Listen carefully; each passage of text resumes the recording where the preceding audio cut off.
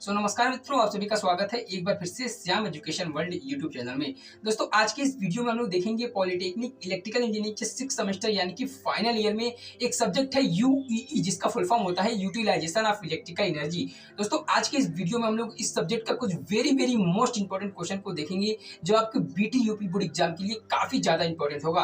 और दोस्तों मैं आपको बताना चाहूंगा कि अगर आप सिर्फ और सिर्फ इतना ही क्वेश्चन को तैयार कर लेते हैं तो आप काफी बेहतर नंबर गेन कर पाएंगे अपने सेमेस्टर एग्जामिनेशन में। अगर आपकी तैयारी अच्छे से नहीं हो पाई है, अगर आप 6 सेमेस्टर में अच्छे से नहीं पढ़ पाए हैं, तो दोस्तों मैं आपको बताना चाहूंगा कि अगर आप सिर्फ और सिर्फ इतना क्वेश्चन को तैयार कर लेते हैं जितना मैं आपको वीडियो में बताऊंगा, तो दोस्तों आप एक काफी बेहतर नंबर गेन कर पाएंगे अपने सेमेस्टर एग्जामिनेशन में। तो चलिए दोस्तों देखते हैं, जिसमें क्वेश्चन नंबर 1 है हमारा, घरेलू रेफ्रिजरेटर यानी डोमेस्टिक रेफ्रिजरेटर को चित्र सहित समझाइए। दोस्तों आपको साफ साफ दे दिया है कि फिगर सहित आपको इसमें समझाना है। दोस्तों सबसे पहले आपको फिगर बनाना है।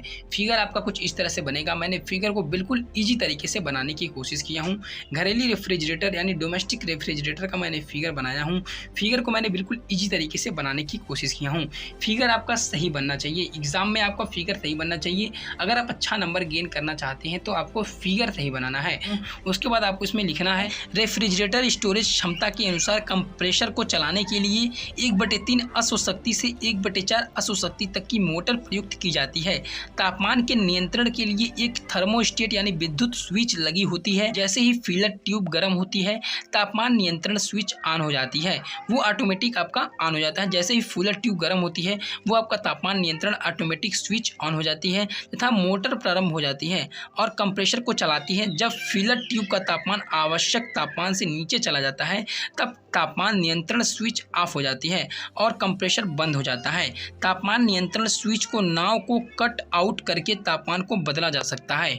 तो दोस्तों वैसे तो आपको लिखने के लिए इसमें बहुत कुछ चीज़ें हैं जो आप लिख सकते हैं, लेकिन दोस्तों बिल्कुल मैंने शॉर्टकट तरीके से बताया हूं कि अगर आप सिर्फ और सिर्फ इतना फिगर बना देंगे और इसमें आप इतना कुछ लिख देंगे तो आप काफ़ी बेहतर नंबर गेन कर पाएंगे अपने सेमेस्टर एग्जामिनेशन में। नेक्स्ट क्वेश्चन जो हमारा है वो है, एक सोडियम वाष्प लैंप की रचना तथा कार्यविधि को समझाइए। तो दोस्तों सबसे पहले हम लोग देखेंगे सोडियम वाष्प लैंप। इसे सोडियम वेपर लैंप भी कहते हैं। इसमें आपको सबसे पहले फिगर बनाना है। फिगर आपका काफ़ी ज़्यादा इंपॉर्टेंट है। फिगर आपका थोड़ा लंबा हुआ है तो मैं कुछ इस तरह से कॉपी को आप ऐसे करके देख सकते हैं। फिगर को मैंने इस तरह बनाया हूं, ऐसे कॉपी को पट करके आप ऐसे फिगर को बना लीजिएगा। फिगर दोस्तों काफ़ी इजी है। मैंने फिगर को बिल्कुल इजी तरीके से बनाने की कोशिश किया हूं सोडियम वेपर लैंप का, और फिगर आपका काफ़ी ज़्यादा इंपॉर्टेंट भी होता है। तो आपको फिगर कुछ इस तरह से ड्रॉ कर लेना है। उसके बाद आपको इसमें हेडिंग डालना है सोडियम वेपर लैंप। उसके बाद आपको इसमें लिखना है, इन लैंपों में सोडियम वाष्प का प्रयोग किया जाता है। इनका कार्य सिद्धांत मरकरी वाष्प लैंपों जैसा ही है। इनकी ल्यूमिनोसिटी अपेक्षाकृत कम होती है।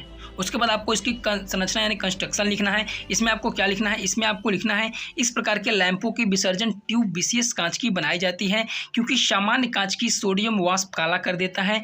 इसकी लंबाई अधिक होने के कारण इसको यू आकार में बनाते हैं। जैसे आप देख सकते हैं फिगर में ये काफ़ी लंबा है, इसलिए मैंने इसको यू आकार में बनाया हूँ। कॉपी को ऐसे करके आप देख सकते हैं, इसको मैंने यू आकार में बनाया हूँ सोडियम वेपर लैंप को।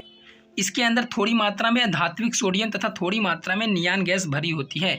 ट्यूब के दोनों सिरों पर इलेक्ट्रोड पिन प्रारूपी आधार से संयोजित रहते हैं तथा जब लैंप कार्यावस्था में नहीं रहता है तब सोडियम सामान्यतः यू ट्यूब की आंतरिक सतह पर जमा रहता है। अब हम लोग इसका वर्किंग देखेंगे। Working of sodium vapour lamp. इसमें आपको क्या लिखना होगा, इसमें आपको लिखना है, जब प्रारंभ में स्विच को ऑन किया जाता है तब लैंप कम दाब यानी लो प्रेशर नियान लैंप की तरह कार्य करना प्रारंभ करता है और गुलाबी रंग का प्रकाश देता है। जैसे ही लैंप का ताप बढ़ता है, सोडियम का वाष्पीकरण हो जाता है और धीरे धीरे पीला प्रकाश देने लगता है। लगभग 2 से 5 मिनट में लैंप निर्धारित क्षमता से पीला प्रकाश निर्गत करने लगता है।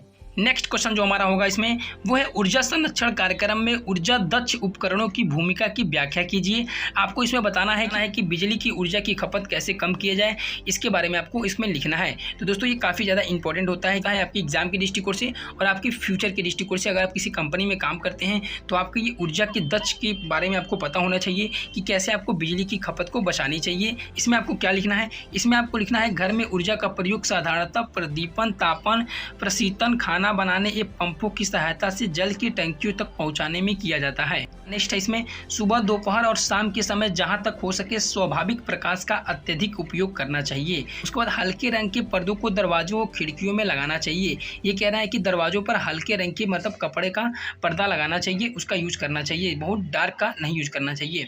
उसके बाद है स्टडी रूम में मेज कुर्सी को खिड़की के पास लगाना चाहिए। दोस्तों आपका जो स्टडी रूम है उसमें आपका मेज और कुर्सी जो है खिड़की के पास आपका रहना चाहिए, इसमें ये कहा जा रहा है। उसके बाद साधारण बल्ब के बजाय CFL या LED बल्ब का इस्तेमाल करने से आपकी जो बिजली है उसकी बचत होती है। नेक्स्ट है कूलर तथा AC का उपयोग जहां तक हो सके कम से कम करना चाहिए। प्रकृति के ताज़ी हवा स्वास्थ्य के लिए भी हितकर है और बिजली की बचत के लिए भी हितकर है। नेक्स्ट है बंद कमरे के बजाय छत या बालकनी में बैठकर पेपर पढ़ें या व्यायाम करें, इससे बिजली भी बचेगी और धूप भी मिलेगी आपको और आप स्वस्थ भी रहेंगे। नेक्स्ट है घर में प्रत्येक सदस्य द्वारा अलग अलग कमरों में बैठकर TV देखने या कोई अन्य कार्य करने के बजाय एक ही जगह करनी चाहिए। नेक्स्ट है TV, washing machine, mixer grounder, mobile charger, विद्युत बल्ब, पंखे, कंप्यूटर आदि इस्तेमाल में न हो तो स्विच ऑफ कर दे या प्लग निकाल दे, वरना बिजली बर्बाद होगी। तो दोस्तों ये सब छोटी छोटी चीज़ें आपको विशेष ध्यान देना चाहिए। तो दोस्तों ये सब छोटी छोटी चीज़ें आपको विशेष ध्यान देना चाहिए। ये काफ़ी ज़्यादा इंपॉर्टेंट होता है आपके एग्जाम के दृष्टिकोण से और आपके फ्यूचर के दृष्टिकोण से भी। इतना क्वेश्चन को कवर किया हूँ क्योंकि दोस्तों ज़्यादा वीडियो लंबा हो जाएगा, इसलिए दोस्तों मैंने इतना क्वेश्चन को कवर किया हूँ UEE यानी यूटिलाइजेशन ऑफ इलेक्ट्रिकल एनर्जी में। और दोस्तों मैं आपको बताना चाहूँगा कि आगे का क्वेश्चन आपका कुछ रह गया है तो आपको नेक्स्ट लेक्चर में प्रोवाइड करा दिया जाएगा। तो दोस्तों उम्मीद करते हैं कि वीडियो आपको यूजफुल लगा हो। Please like and subscribe this channel. Thanks for watching video. मिलते हैं एक न्यू वीडियो के साथ, तब तक के लिए जय हिंद, वंदे मातरम।